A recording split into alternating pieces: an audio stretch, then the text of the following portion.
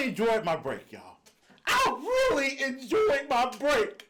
It's been about a year since we did a review for an entire season of Power Rangers. And now here we are talking about the latest team, Power Rangers Dino Fury. A very frustrating season with so many highs in the beginning that just slowly fell apart episode by episode. Characters are wasted. Storylines get momentum and then completely halt. It's like Christmas morning, right? You're a kitty bop.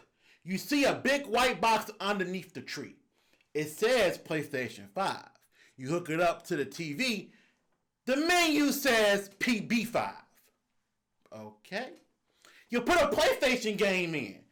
It spits that motherfucker back out and says it only accepts Sega Saturn. What the fuck is a Sega Saturn? And now your Christmas is ruined. That's Power Rangers Dino Fury. It's time for evolution.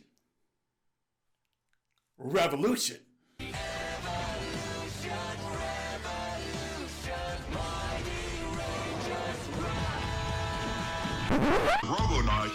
Robo-Knight, the very most We definitely putting your dumb ass back on ice. I remember how these used to go. I remember. Okay, hold on, wait. Let's do it. Okay, I got it. The plot of Power Rangers Dino Fury goes like this. Far off in the galaxy, there's a planet named Ravcon that was once overtaken by these monsters called Sporix Beast, right? That planet and millions of people fall due to the ongoing war. Those same creatures then travel to outer space to the planet Earth. And the last surviving Knights of Ravcon go on an intergalactic quest to chase down the threat, to finally be able to stop them once they're given abilities to be Power Rangers by the Morphin Masters, right? Now, 65 million years later, those same Sporix Beasts are out again. The Red Ranger Zeto has to lead a new team of Dino Fury Rangers to collect the Sporix Beasts and protect the planet Earth. The thing about the plot is that when you first read the back end of it, it's very simplistic, right? It's like an episode of Cyber Chase or some old kitty bop shit, whatever the kids watch nowadays. But when you actually dig into Ravcon history and you have the weight of failure with this war, millions and millions of lives being lost, this is where the plot really shines, right? And the beauty about it is that so much history is left untold, much like how it's been in the Marvel comic books with Captain America and Bucky Barnes, right? There's so much history that's left between the war he was a part of and his defrosting in modern day society that there's this humongous pool of stories that could be told because of that gap in time. You get the same sort of instance with the plot of Power Rangers Dino Fury, right? Very rich in detail. Episode 1 started off with our future Pink Ranger, Amelia, pulling up on one of those little safe children's bikes with the little helmet on her head. Yo, that's one of those the bikes. You don't want to ride that. You gonna get roasted. But she's pulling up on it. And look, she's talking to her boss, Jane. They're both heading into their place of employment called Buzz Blast, right? And obviously this scene is there to establish the first location for the season. A lot of previous Power Ranger seasons have done that by having the first place you go to become a somewhat regular location for things in the season to unfold. Enjoy this scene. Enjoy these few little minutes because this is the deepest we're ever going to go into Amelia's life, sadly. The scene works well otherwise, though. Dino Henge it is, but I want a factual story about a local landmark. Nothing paranormal. Don't worry, it'll be factual. Later on in that same episode, after getting the okay from her boss Jane, she's in the forest doing what she ain't supposed to be doing. Looking for ghosts. The writers really busted out the 80s playbook for this. She's looking for ghosts. Don't nobody do that. Nobody does that. But okay, she's looking for ghosts. And she winds up encountering our future Blue Ranger, Ollie. Their entire energy this season is about science from Ollie versus the supernatural with Amelia. And their first interaction was very much so that. And it was so Power Rangers. Ollie gets shocked by a net, damn near put into a coma. And this man gets up. Nigga, you just lost so much money. What are you doing? You're supposed to lay on the ground. And when she asks you what your name is, you start acting crazy as cat shit. You start shaking. You start foaming at the mouth. You start growling. And you look at that bitch straight in the face and you tell her your name is Pikachu. Yes, your name is Pikachu, motherfucker. You about to get that money. That man lost so much money by getting up. I don't understand that. You don't know how to get paid. You gotta hustle the system. But let's talk about the top 3 things that stood out to me from episode 1. Let's go. Number 1, the fact that it took Ollie's mother to have a drone fly above the dirt with a laptop, and she discovers the chamber underneath Dino Hinge, a location that has been there for eons. It took Ollie's mother to discover this when nobody else has ever thought to, hey, what's around these dinosaur statues? I wonder if we go 20 feet into the ground if we'll find something. That was some really silly shit. Number 2, having a Red Ranger whose introduction to us is failure, right? The failure of another planet, and then him having to wake up, and that's the first thing he's hit with is, oh shit, everybody I know is dead. They're gone. We failed. I failed. Was so engaging, right? And it really set it up, the Zeto character, for this emotional journey throughout the season. We're going to talk about that later on. And the third thing is, this is where Power Rangers really suffers nowadays, where we used to have the 2-part openings way back during the early Disney era, back during the original Saban era, right? Where Rangers are kind of allowed to ask more questions, and we're able to kind of get deep dives better into their lives and into their day-to-day. So when they do become Rangers and they do get these powers, it means so much more, right? Why did the Morphin Grid choose Amelia and Ollie? Just because they were there?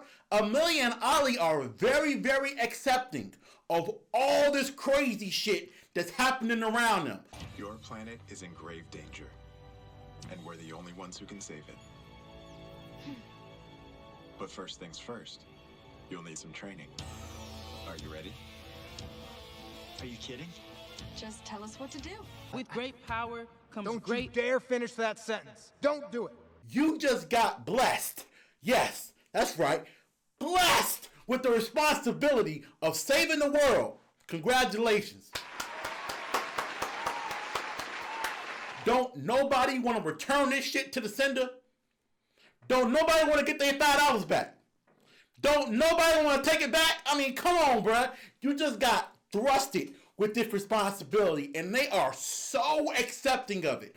If they had a 2-part opening, it would have been a perfect opportunity for these 2 characters, or maybe one character, Ollie, to reject it and then come back to it later on. Power Rangers is Power Rangers. Power Rangers.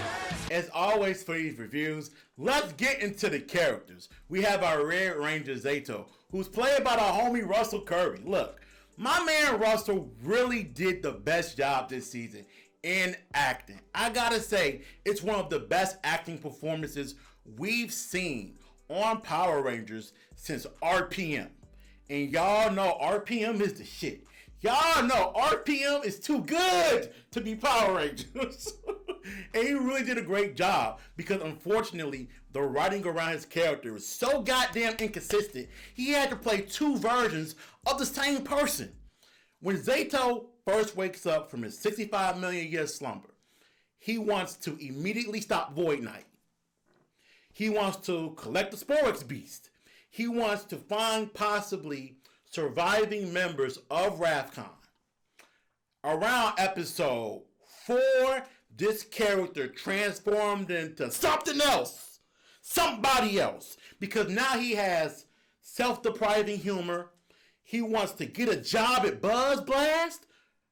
What is he, Clark Kent? Then he trusts everyone. This character has no reason to trust people. He's an alien. He knows nothing about these people. Let's get some Andros consistency. Because if y'all gonna sample Andros, the least y'all could do is watch the episodes as writers, okay? And actually understand what made Andros the character he was throughout the duration of In Space. Russell gave such a good performance that he enhanced the material. Even if she can combine them, Void Knight may come back for a scanner. If your mom has it, we need to check on her. Now. Don't panic. She can take care of herself. Ollie, our Blue Ranger, is the team jerk. He's the person that's supposed to be wrong routinely at the end of majority of these episodes. So the kids at home can laugh at him for being stupid. That's basically the concept of the character. Though his best moments are when he's by himself. Much like how it is for most jerks / loners. They work better by themselves. Whether it was him versus Lord Zedd, or it was him finding a way to stop Void Knight for the season finale. Those were some of the best moments for that character. Javi, our Black Ranger, is a walking, talking life lesson. My man's got the Schoolhouse Rock VHS tape on his chest. God damn. They said, look, motherfucker, this is Arthur. And you're going to teach the kids right from wrong. He got no development as the season went on. He was the one Ranger that really got the short end of the stick. Our Pink Ranger, Amelia, like I said in the beginning, enjoy the first episode, the first scene, because that's the most growth or most of a deep dive you're going to take into her life. There's nothing more that's shown to you about her life throughout the season. The only thing you see is her grandpa. And it took her grandpa to kind of give us this very interesting perspective on Amelia when he said this. Amelia, she never stopped wondering about her parents. All her life, she's been obsessed with the paranormal, hoping she might figure it all out. I'm sorry to laugh. That's some funny shit, low-key. Her parents bounced, so now she investigates the supernatural because they left. I wanted to know more about her life coming up as a child that shaped her into what she was, but we never really got that. She's just a ambitious reporter who's the Pink Ranger, and that's it. Ion, our current and future Gold Ranger, is the only person who has a previous attachment to Zeto. The arc in the relationship that plays out between them is interesting in the beginning, right? Obviously, like most Sixth Rangers, he's meant to shake things up, right? And also, he's introduced with flashy effects and a huge surge of power. This happens with every Sixth Ranger or Fifth Ranger, if you want to think about Dino Thunder, and the history of the Power Rangers franchise, right? The thing I had about his acting performance from Jordan Fight is I watched an interview with him. The brother talks normal. You're going to have to do it 100%. Ain't no half, like 50%, nothing. Right. Sweet and salty. Hey guys, my name is Jordan Fight, and I'll be playing the Sixth Ranger Ion. We got ourselves a cosmic gateway key. Let's open up a portal to Nibiru. For some reason, when they made him do his audio lines, they put in some extra drip on Ion. Why the fuck did they put this extra sense of soul on his voice? I don't get that. Cosmic key open. Power up. Why did they do that? Oh yeah, why did they do that? The last Ranger I gotta talk about is Izzy. Izzy and Zeto are the only two members of this team the writers really had a passion for. They really wanted to get these two characters right. And when you look at Izzy, there are so many incredible details in her character, right? First off, she has plot lines that separate away from the Ranger team. So she doesn't need to be a Power Ranger for certain stories to unfold. She has a relationship that goes from rivalry to friend to girlfriend with this character named Fern. She actually suffers injuries on the show from being attacked by Sporix Beast. You don't see that often in Power Rangers. They never get hurt. Then, when it comes to combat, you actually have athletic details where it's her javelin throw that's put into her combat, scene by scene.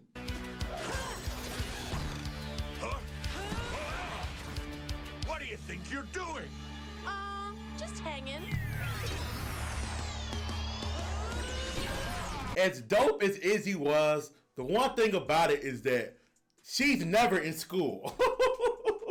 I swear to God, did y'all remember she's a high school athlete? There was one episode and two different scenes where they actually had her walking away from a school type setup. So it kind of put the illusion in your mind that she is a high school student.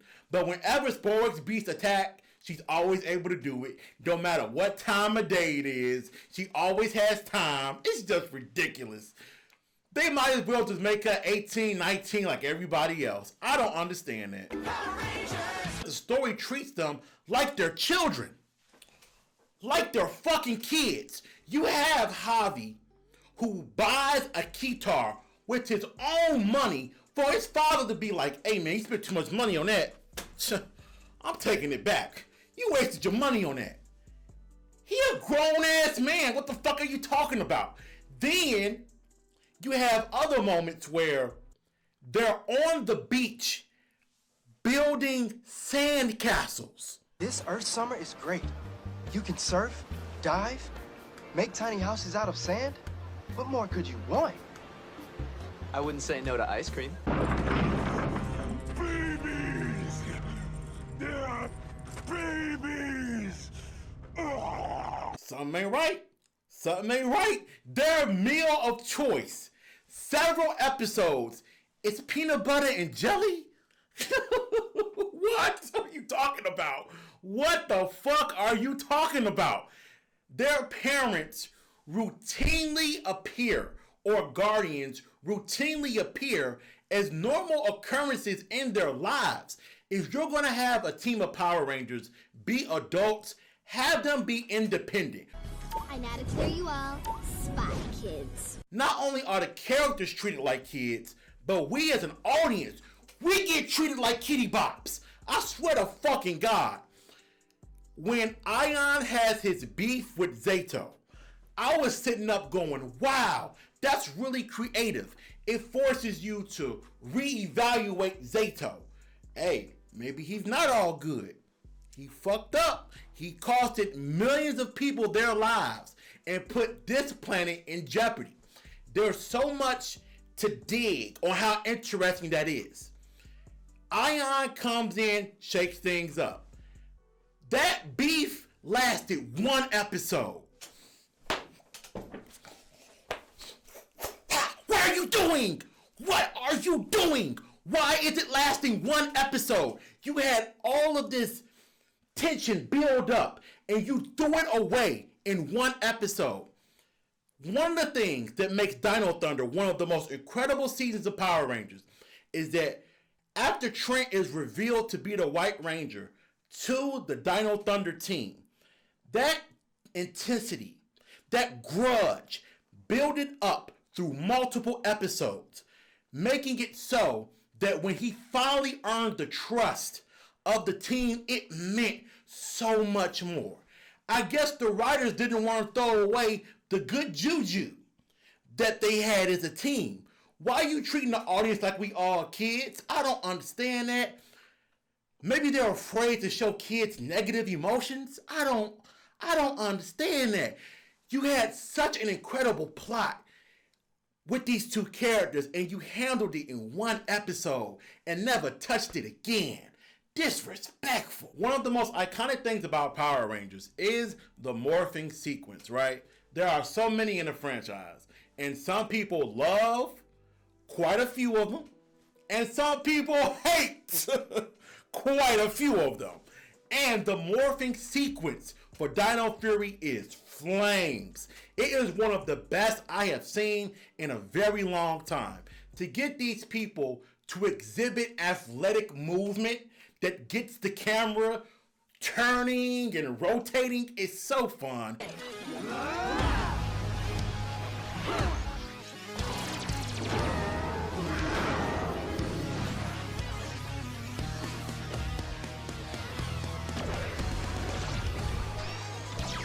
It actually makes you feel like you're there when the scenery moves and explodes, erupts. Seeing the morphing grid was so creative, right?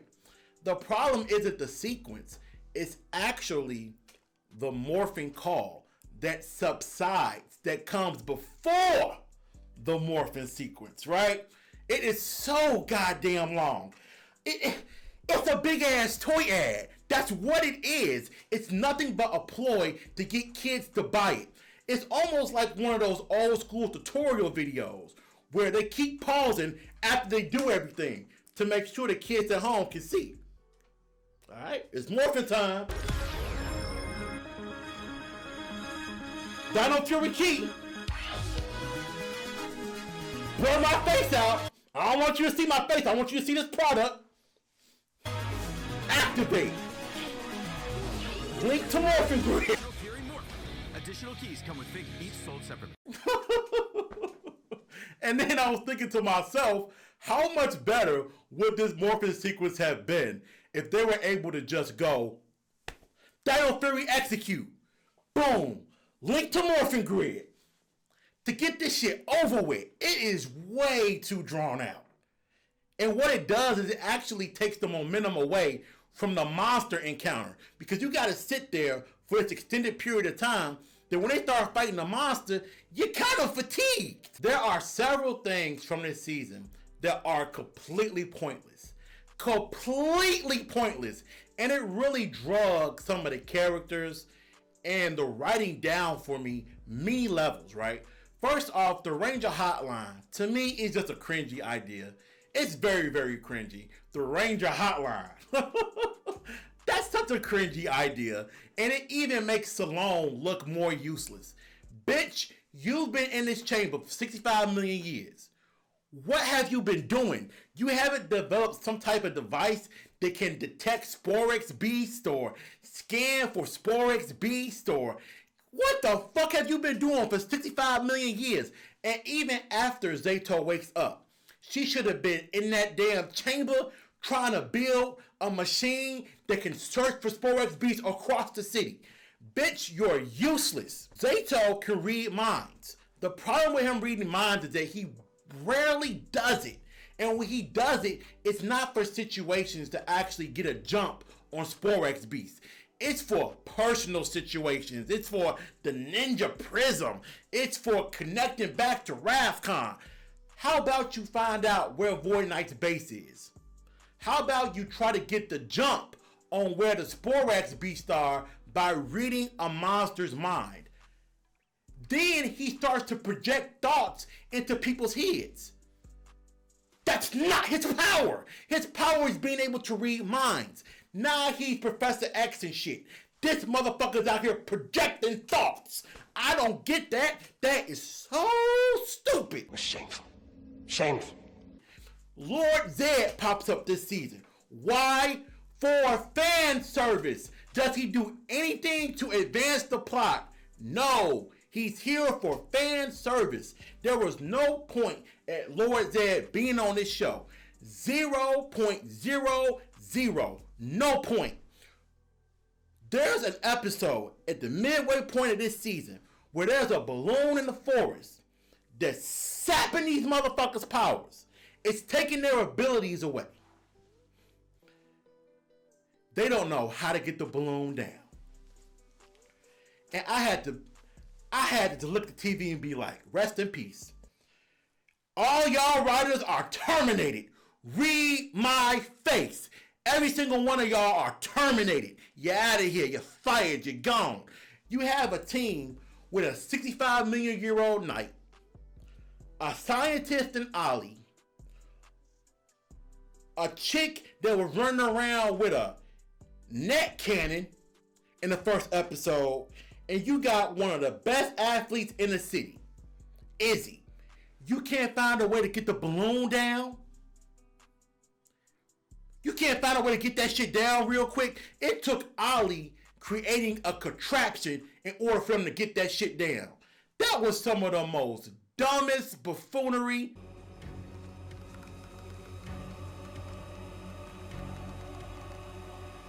And now.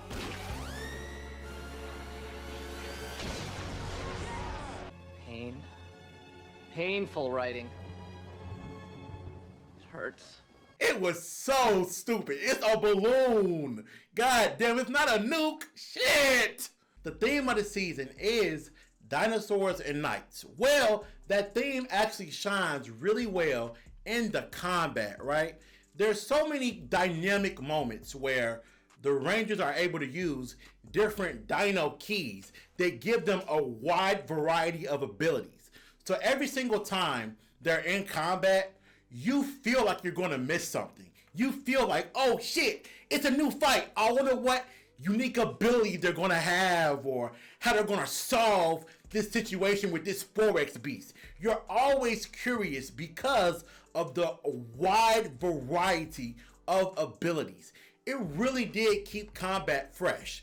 And although nobody has customized personal abilities like other seasons, although nobody has power weapons or any sort of other customizable weapon, the Dino keys eliminates the need for all of that stuff.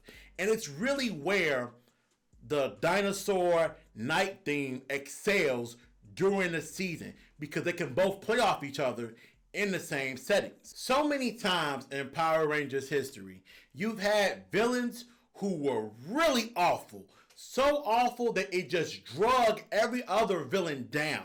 But you honestly get one villain particularly during Dino Fury that had a really interesting character arc that grew with each batch of episodes. And that character is not Void Knight. That character is not Boom Tower. That character is Mucus. Now I know you're gonna laugh. Marcus, what the fuck are you talking about? No. Let me tell you. Mucus is the one character on this team of villains that grew. When we first see Mucus, she believes that she's this dynamic monster that's going to destroy the city. She gets her ass beat pretty quick, right? She understands that my place in the world isn't with combat. I need to go form a bond with this Void Knight guy in order to survive. But she later on winds up finding her niche in game planning and finding ways to cheat Sporax away from the Rangers in order to give them to Void Knight. And even deeper into the season, the way that other characters address her changes. It goes from her being a nuisance, her being a bother, to her being respected. Where is it? Mucus, tell him. Aye. Okie dokie. I'm Chief Mate, second in command, and I run a tight ship. But now he's actually more calmer and more accepting of Mucus because of the development the character had by finding her place. I wish I could say the same thing about Void Knight, because people consistently go back to the Neo Saban era and they say, well, you know, Neo Saban era villains were awful. At least Void Knight's not that. We gotta stop doing that. We gotta stop using the Neo Saban era as the garbage bin. Well, if that Neo Saban is good, no, because Void Knight as a character has an incredible look. He sounds cool. You want to like him. In large part because the character's plot stays on point. He just wants to get the Sporex beast. He don't give a fuck about a Ranger. He don't give a fuck about a Zord. He just wants to get the Sporex beast. And I value the fact that the writers kept him on point. That was his mission. The problem with Void Knight is we don't know shit about him. Who is he? We don't know anything about him. We see him take his helmet off. Clearly, he's an ordinary human. At least we think he is. Who is he? What's his name? Where does he come from? We don't know anything about him. We know nothing about him. Even in episode 1, Zeto asks him, where did he steal that armor from? They never addressed it at all in the first season. We get the same scene over and over again of him touching glass. Another failure by my team. I'm sorry, my love. I'm doing everything I can to save you. Who are these niggas? I cried laughing when I read it. You know what I'm saying? like, I really want to feel bad for this woman in the tank. I really do. But I don't know shit about her. I don't know this bitch. Maybe she had it coming. Who knows? I don't know. I don't feel bad for her because the writers gave us no reason to feel sympathy for her or Void Knight. I'm pretty sure it's tough floating around in water with wires on your head. I'm pretty sure that shit sucks. But why are we supposed to feel sympathy for these people? You see how they kind of treat us all like children? Like, oh, here you go. Somebody's in a tank. Power Rangers. That is the most cringiest shit ever. I swear to fucking God. Ugh. They gave us nothing about these people. And lastly, the season finale. Oh my God. Was the season finale so damn frustrating because it was a perfect encapsulation of everything wrong with Dino Fury, right? You have Izzy, who gets a combat spotlight over everybody else. She's the one that actually destroys the machine and stops it. Okay, now there was somebody inside the machine floating around with wires on her head, but fuck that bitch. She stopped the machine. Then you have another moment where Zeto as a character is sidelined so Ollie can get the spotlight, but then there's problems with Ollie and Zeto prior to that where Zeto willingly puts Ollie's mother in danger because it's her decision to make. But then earlier on in the season, Zeto was trying to protect Ollie from potentially getting his mother involved. That don't make no sense. That's not consistent with the character. That's not her battle to fight. That was completely ridiculous. It was completely ridiculous. The finale. And all they did was set up a personal vendetta with Void Knight. And more Sporex Beast. What? That's all they did for season 2 in terms of setting it up. Oh, and Zeto's gonna have a dino bike. Great. More toys. More gadgets and gizmos for the kids.